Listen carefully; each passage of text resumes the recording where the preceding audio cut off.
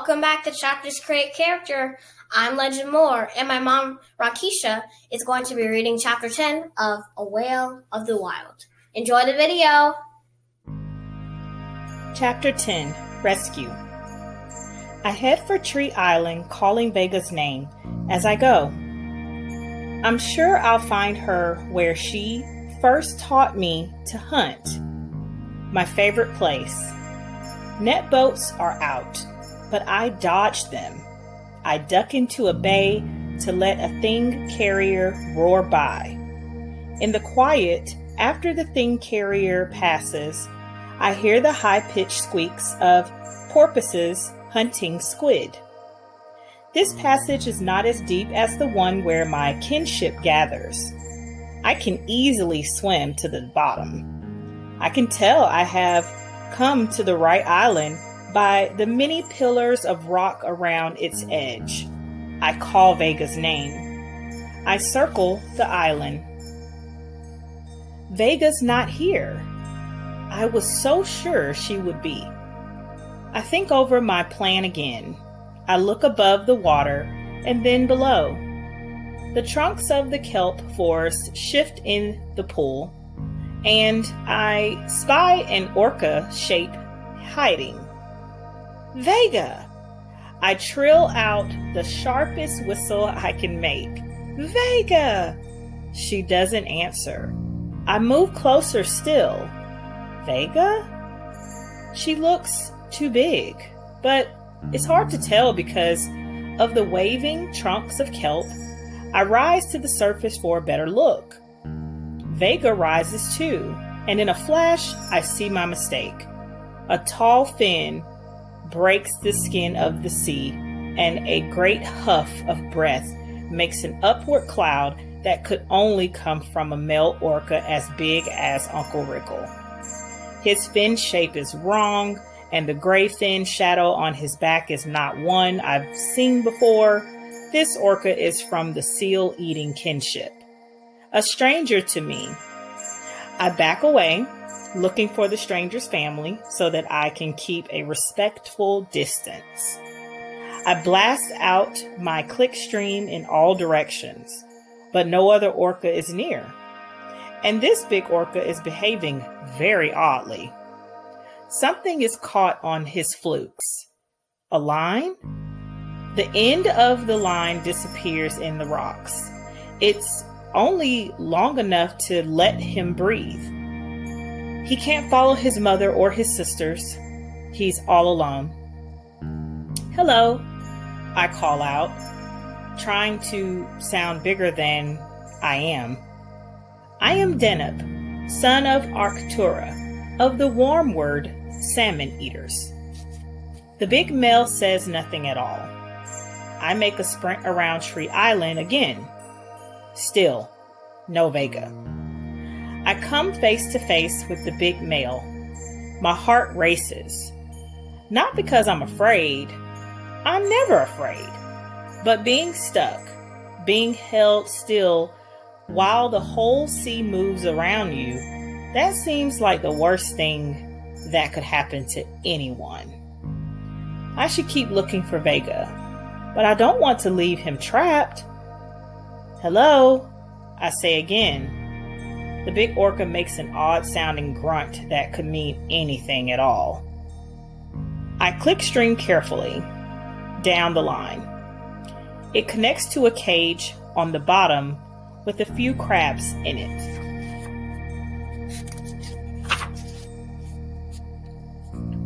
The cage is wedged into the rocks. The other end of the line is wrapped around the stranger's flukes. He has already rubbed his skin raw. I don't know if I can free him. I only know that I have to try. Hold still, I say. Crab cages appear in the sea sometimes.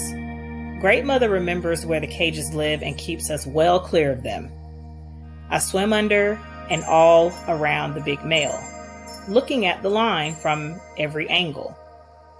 I bet he got trapped because he doesn't have a mother or even a sister with him to remember where the dangers are. Are you alone? I ask. The stranger answers with 2 grunts and a mysterious crackling noise.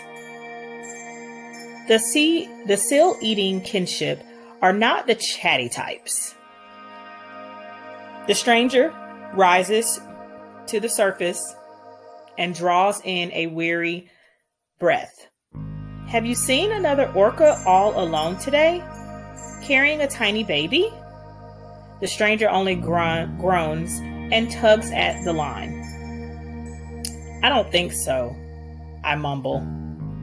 Great Mother has told me to keep clear of the seal eaters, but I don't care. I can't swim. I can't just swim away. I don't know what will happen if I set him free. Will he hurt me? Sometimes the seal eaters eat the babies of scooper and gulper whales. I am only a little bit bigger than a baby whale. No, I tell myself firmly. Orcas don't eat other orcas. These are rules. Still, I keep clear of the biting end. I'm here to help you, I say. If I can lift the trap up, maybe I can work the line free. 2 crabs inside the trap wave their claws at each other and snatch bites from a chunk of fish. I'm not putting my mouth or my tongue anywhere near those pinchers. Still, I can't see another way. Maybe a stick will help. I like sticks. Things change when you poke them. Anna moans close up. Clams dig deeper into the sand. Octopuses ink. Be right back, I say. I am halfway around the island when I hear the high-pitched buzz of a little boat.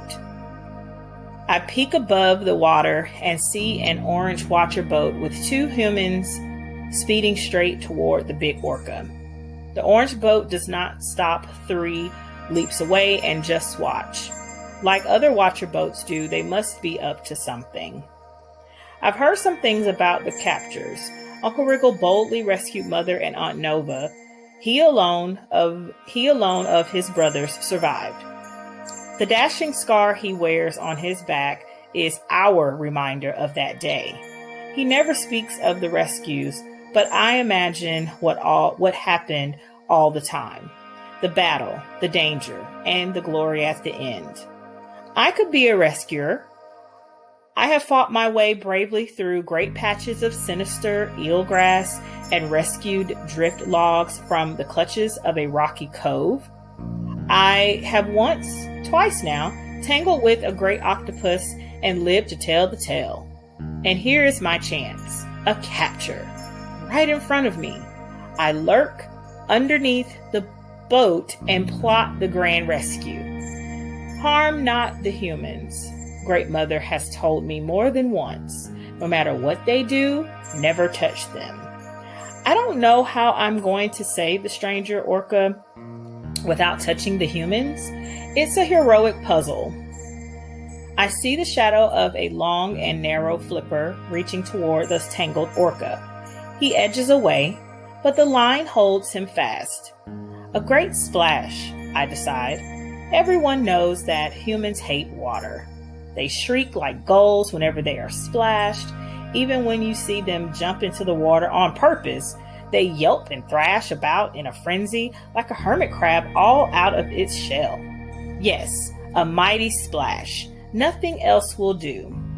I circle out to the deeper water, turn, and then head for the orange boat at top speed. I aim my jump to come just before the boat. I arc my back, give one last push, and burst out of the water. I crash down, and a great whoosh of water goes over the boat.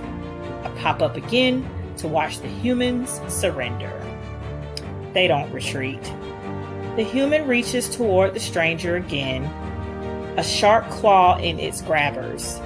Captures, for sure. And after all these years, I'll save you, I call. I gulp in water, lift my head into air, and balance my flippers flat on the surface. The human is holding the line in one flipper and is sawing away at it with the claw. I take aim and spit a stream of water right in the human's face.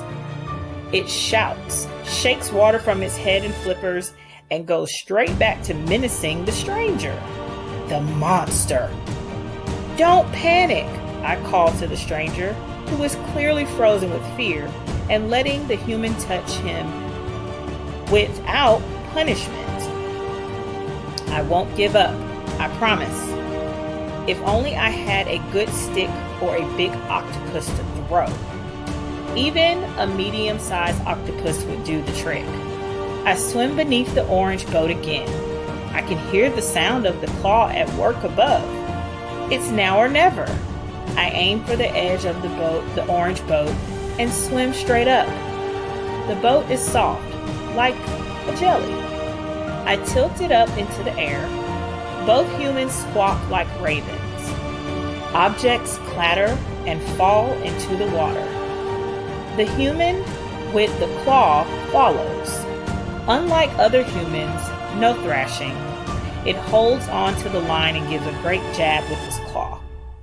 My heart is pounding. Stop! I shout. He isn't hurting you. None of us ever hurt you. I squirt a furious blast of bubbles underneath the human. And then, just like that, the human listens. The line uncoils from the stranger's flipper and falls away, leaving a ring of raw skin behind. The human takes its claw and climbs back into the boat. The humans turn around, fire up the growler, and before I can chase them, they speed away. It's incredible. I did it. I saved you. I swim in circles, slapping my tail on the skin of the sea and letting the boom of it echo through the water. I did it. I did it. The stranger swirls through the water, leaping in the air with relief and gratitude. He circles back to me, makes a single long whistle, and then swims off. The seal-eating families are a peculiar bunch. Everyone says so. Still, I'm sad to see him go. It's lonely to travel all by myself, to come to a crossing of currents and not have a mother or sister to choose the way. The sea is bigger and more wild than I ever imagined. I'm afraid if I keep going coldward, away from mother and great mother, I'll never find them again. Vega wouldn't go this far, would she? No, I have missed her somehow. I'll turn back and keep searching.